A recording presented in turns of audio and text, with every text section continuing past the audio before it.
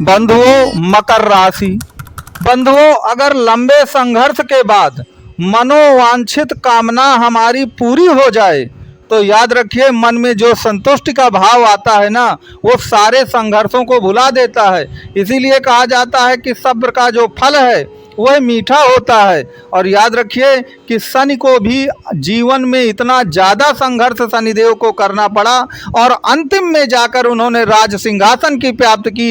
इसीलिए कहा जाता है कि सब्र का पूरा फल मीठा ही होता है। तो वह मीठा जो फल है, रिजल्ट है, वह अब आपको मिल ही रहा है, मिलने जा ही रहा है। और आपको ये सब्र का जो मीठा फल है, जो राज सिंहासन है, वो कैसे मिलेगा, क्यों मिल रहा है, उसकी पूरी व्याख्या जो है आज की इस वीडियो में मैं आपको बताऊंगा। अब उसके लिए आप बिल्कुल ध्यान पूर्वक इस पूरे एक प्रकार से वीडियो को देखें। उसके लिए आपको क्या करना है कि हमको तो मालूम है कि शनि इस समय कुंभ राशि में चल रहे हैं, ये आपको मालूम ही है। और कुंभ राशि जो है वो काल पुरुष की कुंडली की 11वें भाव की राशि है। और 11वां भाव क्या है? 11वां भाव इच्छाओं की पूर्ति है।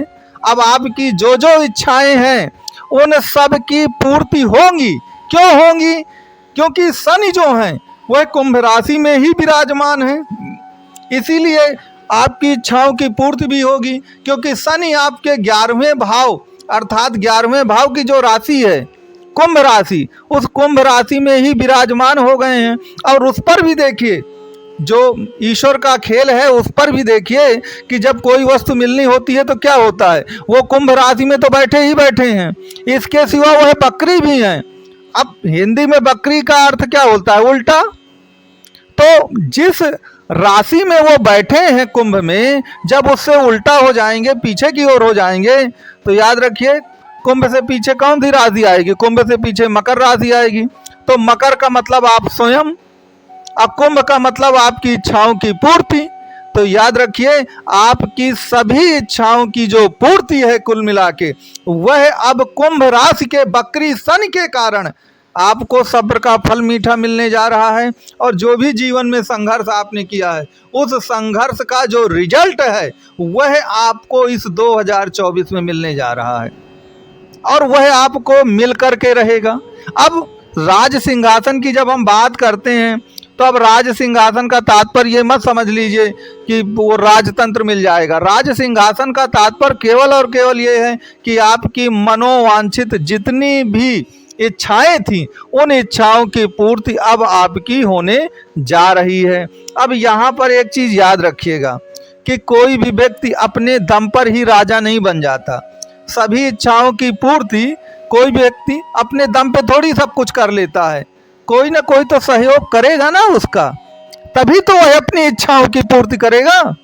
तो याद रखिएगा, जो कुंभ राशि होती है काल पुरुष के 11वें भाव की राशि, वह आपके फ्रेंड सर्किल या संगत की राशि होती है कि आपका उठना बैठना किन लोगों के साथ मिलना जुलना है। और देख लीजिएगा, उन्हीं में से कोई एक व्यक्ति ऐसा होगा जो आपको सड़क से महलों तक की यात्रा करवाएगा।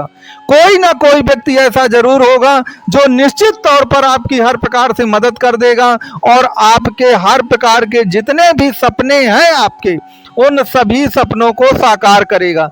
आपने तो कहावत सुनी होगी कि अकेला चना भाड़ नहीं फोड़ता। तो कहने का तात्पर्य है कि अकेले व्यक्ति इस जीवन में कुछ नहीं कर लेता। कोई ना कोई व्यक्ति का सहयोग या सहारा मिलता ही मिलता है उसको। तो आपको किसी न किसी व्यक्ति का सहयोग या सहारा 100% मिलेगा, और वही व्यक्ति कुल मिला करके आपको एक प्रकार से क्या कहते हैं उसे, कि सड़क से लेकर के महलों तक की आपको यात्रा कराएगा। अब यहाँ पर एक चीज याद रखिए कि इंसान तब तक कुछ भी नहीं कर सकता जब तक वह दिलो दिमाग से पूरी तरह से तरोताजा ना हो। यदि वो दिल और दिमाग से, मन और दिल से पूरी तरह टूट चुका है, तो बताइए ऐसा व्यक्ति जीवन में क्या कर लेगा? कुछ नहीं कर पाएगा। और आपका मन और दिल क्या है? चंद्रमा है। कुंडली में चंद्रमा को आपका मन और दिल कहा जाता है। और 7.5 से कोई भी ग्रह अगर सबसे ज़्यादा प्रभावित होता है, सबसे ज़्यादा टूट जाता है, मुरझा जाता है, तो वह ग्रह कोई कौन है?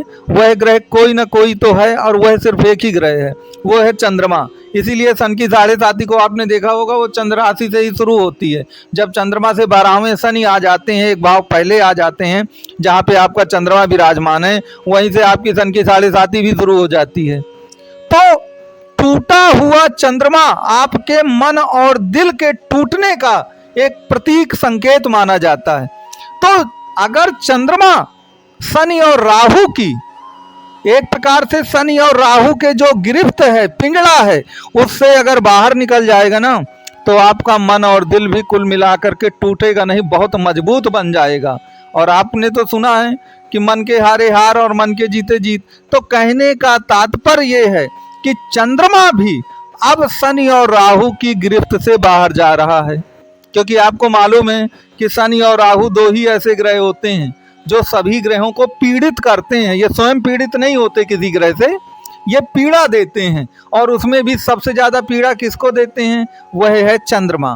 तो चंद्रमा जो है, शनि राहु की जो पकड़ है, उस पकड़ से चंद्रमा जो है वह पूरी तरह से अब बाहर हो चुका है। तो चूंकि चंद्रमा आपका बाहर हो चुका है, तो जो बरसों से आपका मन दिल टूट चुका था, आपको लगता था कि अब तो जीवन में कुछ होने वाला नहीं है, हमें यूं ही भिखारियों का जीवन जीना है, यूं ही अपमान और तिरस्कार अब जीवन भर हमारे साथ बिल्कुल चिपक के रह गया है, अब तो कुछ होने वाला नहीं है, हमारा जीवन यूं ही चलेगा। क्योंकि मुझे ऐसे कमेंट लिख करके आते हैं कि पंडित जी हमारा तो सब कुछ लुट गया, आप चाहे कुछ भी बोलते हो, हम तो जीवन भर इसी गरीबी और इसी नरक में जीना है। तो निराशावाद जो है वह रग रग में समा चुका है। जो मकर राशि के लोग हैं उनमें निराशावाद जो है वह पूरा रग रग में समा चुका है।